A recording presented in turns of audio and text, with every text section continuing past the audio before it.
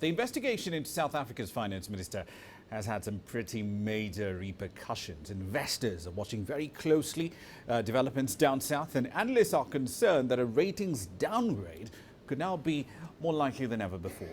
Detectives down there want to question the Finance Minister Pravin Gordin about a rogue unit set up at the tax authority, SARS, during his tenure.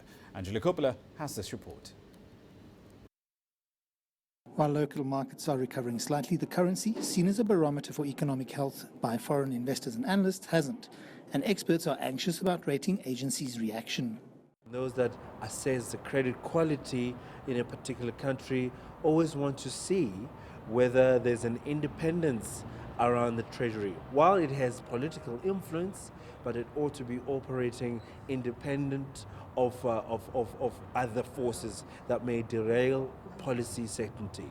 This is just undesired. It makes it a near certainty for a downgrade. Locally, reaction has been swift and mostly negative.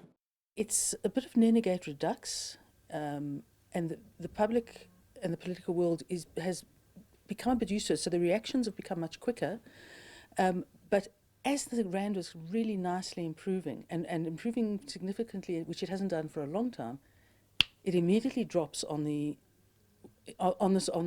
information. Analysts are calling for level heads and rational behaviour. I'm hoping that those who have authority and power and love this country will make it count and make sure that we don't go down a road where we look increasingly like other emerging market countries that are firmly in non-investment grade because of political interference in the manner that we're beginning to see unfold in South Africa.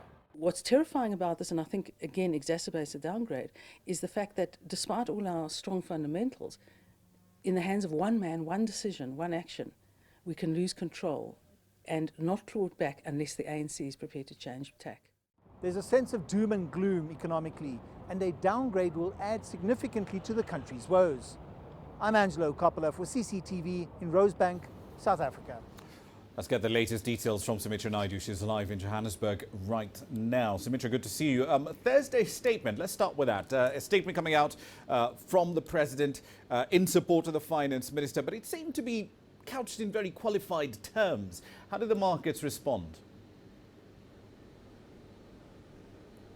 Well, Rama, it did very little to calm the markets. The rand started its slide on Tuesday afternoon when the news broke and continued to fall pretty much up until today. The currency lost close to 4% by yesterday, and it was trading at a one-month low against the dollar.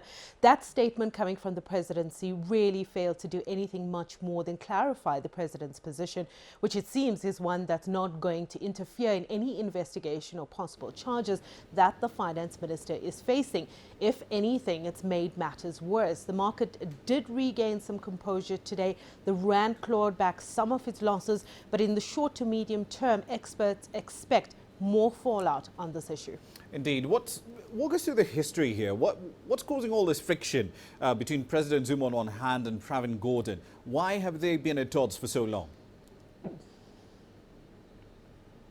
Well, it's not a case of they don't like each other. It's more a case of someone being in the way. There's just so much underlying in this issue. And of course, it's all speculation because the Hawks believe it has a legitimate case against the finance minister, of course, for this alleged rogue unit.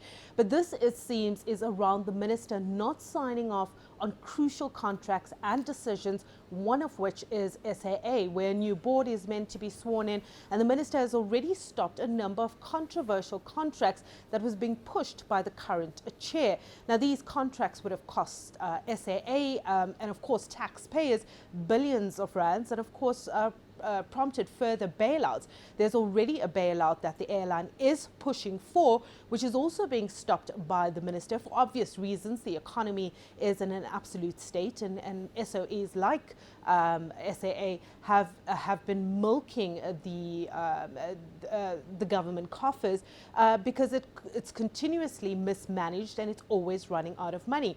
So there's also a case of the nuclear build program and the controversial Guptas involved here.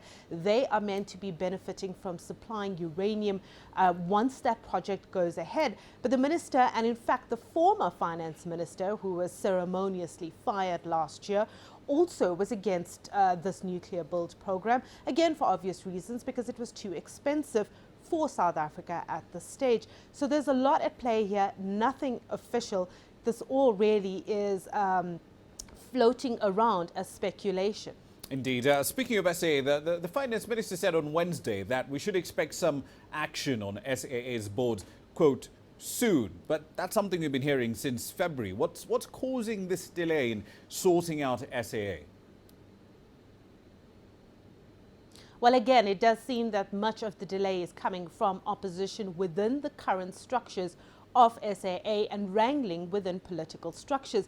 It just seems like the Finance Minister is trying to push for change at SAA, and he's being held back for various reasons. And this, again, no confirmation from here. And this is what this whole problem is about. SAA is running out of cash fast. Its planes will be grounded soon if it doesn't actually put forward results. It actually hasn't put out financials for the last 2 years. There's been constant delays there. It has to provide these financials to Hong Kong tax authorities by the 6th of September. Again, another push here, and nothing is coming forth from the airline. And it does seem like the chairwoman at SAA is really putting a stop to all of this and really putting pressure on political structures. And this is where we're seeing the problem with the Finance Minister.